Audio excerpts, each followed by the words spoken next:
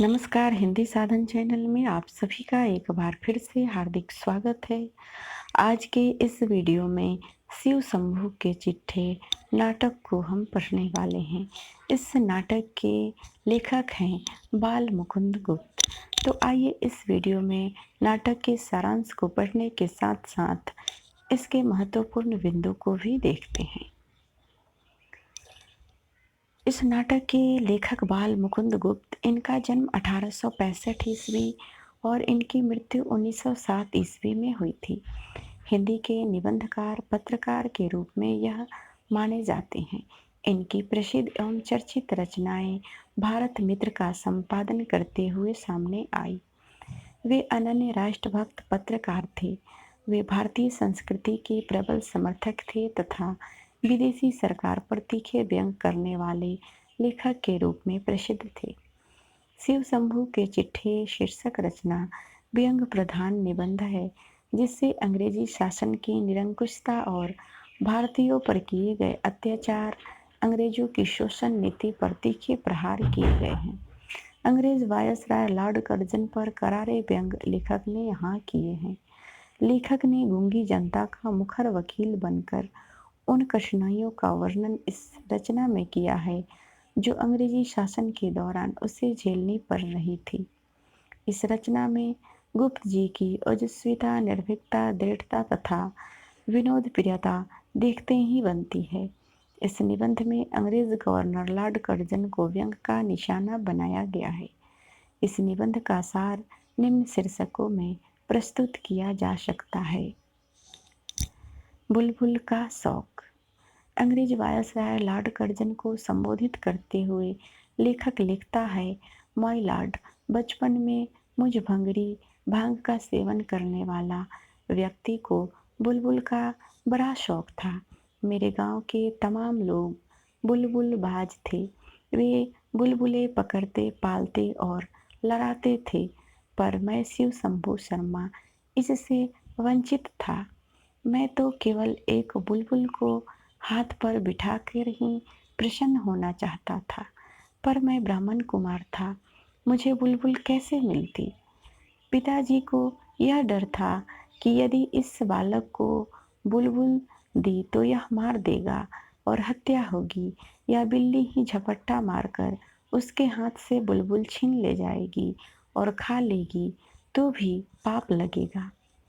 बहुत अनुरोध के बाद पिताजी ने किसी मित्र की बुलबुल किसी दिन ला दी, तो वह 1 घंटे से अधिक मेरे पास नहीं रहने दी और वह भी पिताजी की निगरानी में ही रह सकी।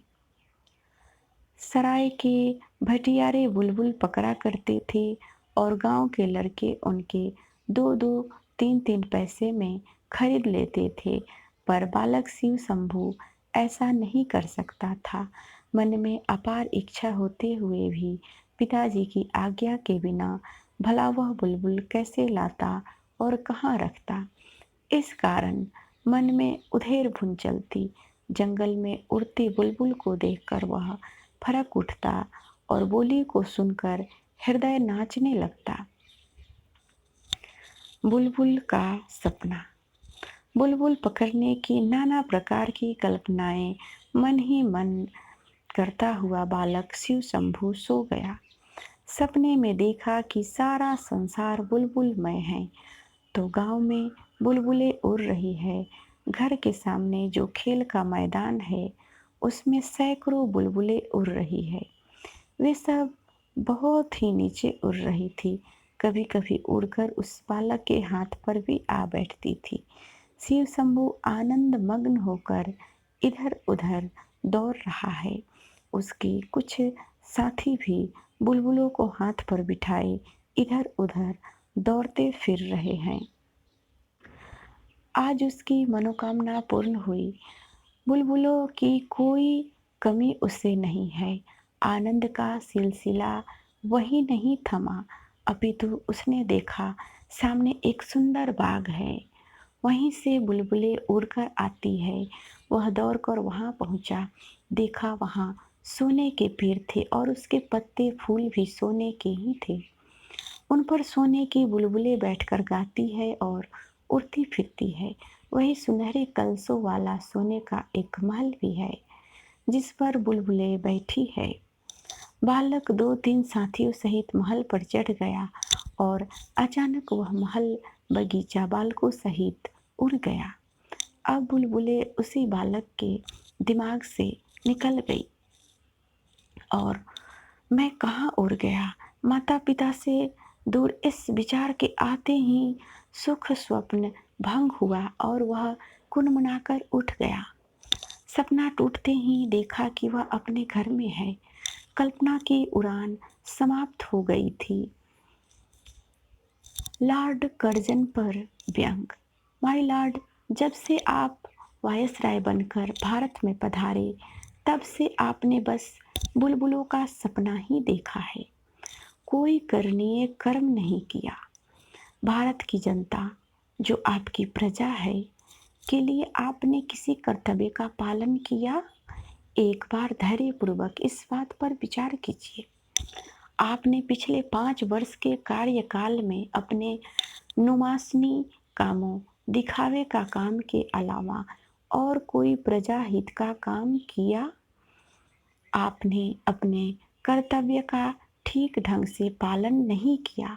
इस बार आपने जो बजट भाषण दिया, वह आपके कार्यकाल का अंतिम बजट भाषण था, जिसमें अपने क्वीन विक्टोरिया मेमोरियल हॉल और दूसरा दिल्ली दरबार का जिक्र करते हुए केवल प्रदर्शन प्रियता का परिचय दिया।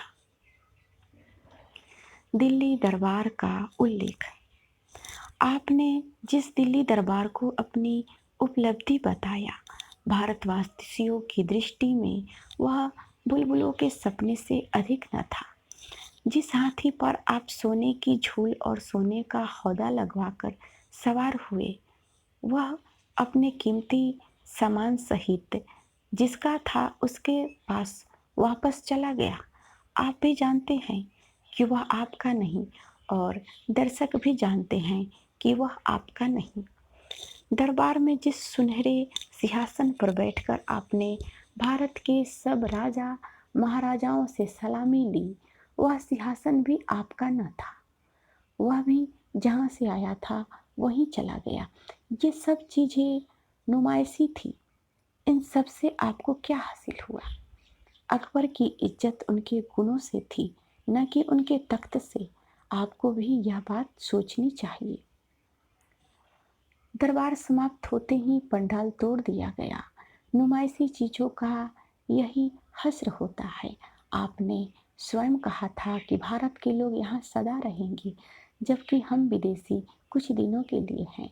आपके वे कुछ दिन बीत गए। अब तो आप कृपा से मिले दिनों तक ही यहाँ है। यह चिट्ठा आपके पास शिव शंभु इस आशा में भेज रहा है कि इन कुछ दिनों में ही आपको अपने कर्तव्य का ख्याल हो जाए। लॉर्ड कर्जन को कर्तव्य की सीख। माय लॉर्ड, यहाँ से विदा लेने से पहले भारत की प्रजा के लिए कुछ ऐसा कर जाइए जिससे इस देश की प्रजा के हृदय मंदिर में आपकी स्मृति बनी रहे। पर यह तभी हो सकता है जब वैसी स्मृति के लिए आपके हृदय में स्थान हो। जिस देश में लॉर्ड लैशडोन की मूर्ति बन सकती है, उसमें और किसकी मूर्ति नहीं बन सकती? क्या आप चाहते हैं कि उसके पास एक वैसी ही मूर्ति खड़ी हो जाए? इस दरिद्र देश में ये मूर्तियाँ किस काम की? केवल कुछ पक्षी हैं जो उस पर रैन बसेरा लेते हैं। भारतवासी इन पत्थर की मूर्तियों को नहीं, अपितु उन मूर्तियों को आदर देते हैं जो उनके हृदय में बसी हुई है। लॉर्ड रिपन, एक अंग्रेज वायसराय की मूर्ति भारतवासियों के हृदय में है, क्योंकि उन्होंने प्रजा हित के लिए काम किए। आपकी यादगार भी बन सकती है। जनता के हृदय में यदि आप अपने कर्तव्य का ठीक ढंग से पालन करें। आप शो और ड्यूटी का फर्क समझिए। आपके दिल्ली दरबार के शो की याद कुछ दिन बाद फीकी पड़ जाएगी, उसी तरह जैसे शिव शंभु शर्मा के बालपन का बुलबुल सुख स्वप्न अब फीका पड़ चुका है। प्रतीकात्मकता। लेखक ने प्रतीकात्मकता शैली में अपनी बात कही है। शिव शंभू बुलबुल का चाव रखता था।